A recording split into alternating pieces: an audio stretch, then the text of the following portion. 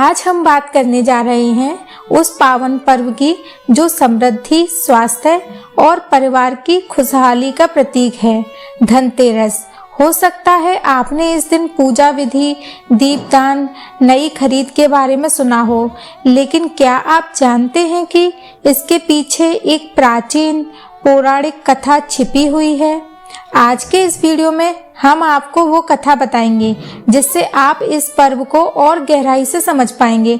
चलिए बिना देर किए कथा की ओर बढ़ते हैं। प्राचीन समय की बात है, एक बार विष्णु भगवान ने पृथ्वी लोक पर भ्रमण करने का निर्णय लिया और उनकी साथी बनी थी लक्ष्मी माता, जो धन, वैभव और सौंदर्य की देवी हैं। विष्णु भगवान ने माता लक्ष्मी से कहा, अगर तुम मेरे साथ चलना चाहती हो तो मेरी एक शर्त माननी होगी। जब तक मैं वापस ना आऊं तुम दक्षिण दिशा की ओर बिल्कुल नहीं जाओगी। माता लक्ष्मी ने सहर्ष शर्त स्वीकार कर ली, परंतु गृहस्थ जीवन और पृथ्वी की सुंदरता ने उनका मन विचलित कर दिया। दक्षिण दिशा की ओर जाते जाते उन्हें एक सरसों का सुंदर खेत दिखाई दिया।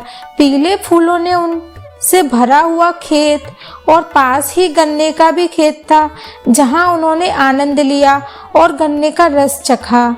इस पर विष्णु भगवान क्रोधित हुए और बोले, तुमने मेरी आज्ञा का उल्लंघन किया है, इसीलिए तुम अगले 12 वर्षों तक इस किसान के घर में सेवा में रहोगी।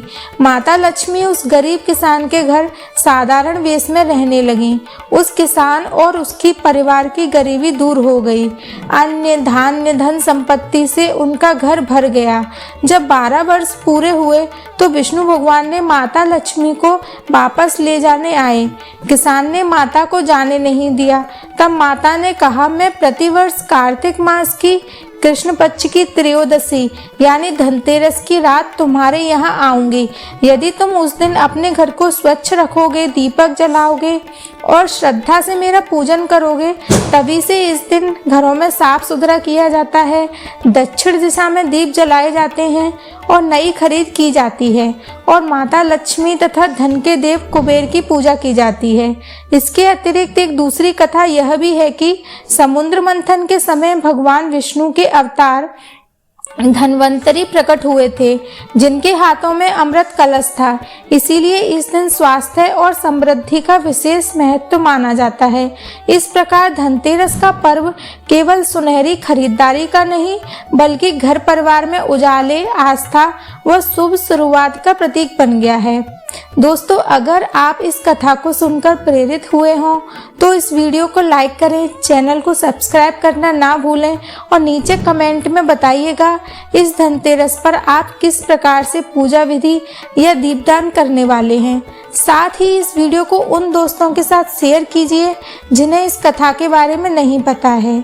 अगले वीडियो में हम धनतेरस की पूजा विधि, शुभ मुहूर्त और खरीदारी पर भी वीडियो लेकर आएंगे। तब तक के लिए आपका धन्यवाद। चलते हैं कर्मा कुटीर की ओर, जहां कर्म है छोटी छोटी लेकिन अर्थपूर्ण। शुभ धनतेरस और समृद्धि आप सभी को मिले। फिर मिलेंगे। नमस्कार।